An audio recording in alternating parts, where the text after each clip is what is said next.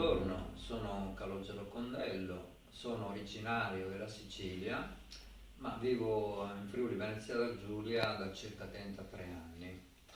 La mia formazione è un insieme di studi fatti in un primo tempo presso l'Istituto d'Arte di Agrigento, periodo che ha segnato molto la creazione di tanti lavori che dopo sarebbero i miei primi lavori in legno di ulivo e pietra locale. Successivamente al conseguimento della maturità di artistica mi sono iscritto all'Accademia di Belle Arti di Firenze. Firenze per me è stata una città molto importante perché gran parte della mia formazione viene proprio da Firenze. All'Accademia ho acquisito le tecniche del modellato, la terracotta, lo stampo, la scultura in gesso, e dopo in giro per Firenze, essendo una città piena di laboratori, la mia curiosità mi portava sempre a visitare qualche laboratorio dove attraverso lo sguardo, attraverso certe domande riuscivo a capire come si poteva lavorare un tipo di materiale che potrebbe essere la vetroresina, che potrebbe essere la formatura usando la gomma siliconica e qualche altra tecnica.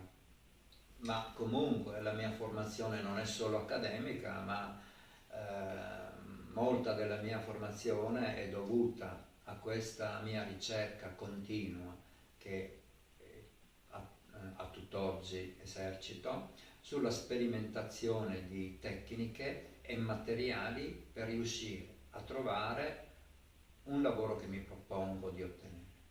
Un esempio di quello che hai detto, la sperimentazione. La sperimentazione su alcune sculture di oggi sono l'inserimento della pittura.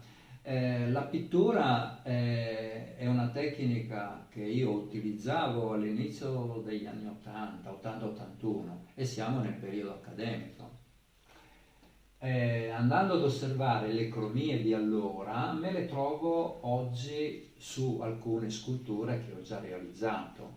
E queste conoscenze, a volte quest'unione di tecniche diverse, mi dà la possibilità a volte di raggiungere lo scopo, di trovare e quindi facilitare la rappresentazione del mio pensiero. Un esempio di quello che ho detto, di questa sperimentazione, sono le sculture che ho realizzato per l'installazione del Teatro Romano a Trieste. Lì noi possiamo di giorno osservare delle sculture nel suo tono e nella sua forma diurna durante il giorno, e invece durante la notte abbiamo la possibilità proprio di leggere sulla superficie delle sculture un effetto pittorico.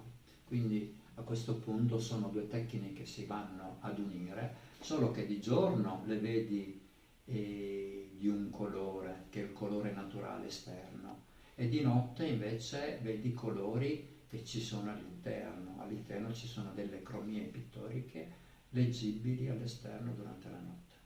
Un altro esempio potrebbero essere le sculture che ho preparato per la mostra di Udine. Sono delle sculture dove la pittura e la scultura si vanno a ritrovarsi, a compenetrarsi attraverso un'elaborazione cromatica e formale. Le due tecniche si vanno a sposare e a convivere con armonia. Nel mio percorso artistico ho fatto diverse mostre, dalle mostre della Sicilia, dalle mostre che ho fatto in Toscana, in Friuli Venezia Giulia, alla Repubblica Ceca. Per me sono delle mostre tutte importanti. Maggiormente mi ha impegnato molto il progetto che ho completato quest'anno. È un progetto realizzato dall'Associazione Culturale Play Art con il sostegno della Regione Friuli Venezia Giulia. 6 mostre in regione, in diverse località del Friuli Venezia Giulia. Una di queste mostre è stata realizzata a Butrio. A Butrio è stata presentata una raccolta di lavori che vanno dalla metà degli anni 90 ai giorni nostri. Lì ho cercato di portare una rappresentazione di situazioni e fatti del mondo contemporaneo viste attraverso la mia sensibilità. Dire oggi che cos'è l'arte è un argomento molto complesso, dato dal fatto che tantissimi artisti adottano linguaggi completamente diversi. Io posso concedermi per dire ed esprimere il mio pensiero.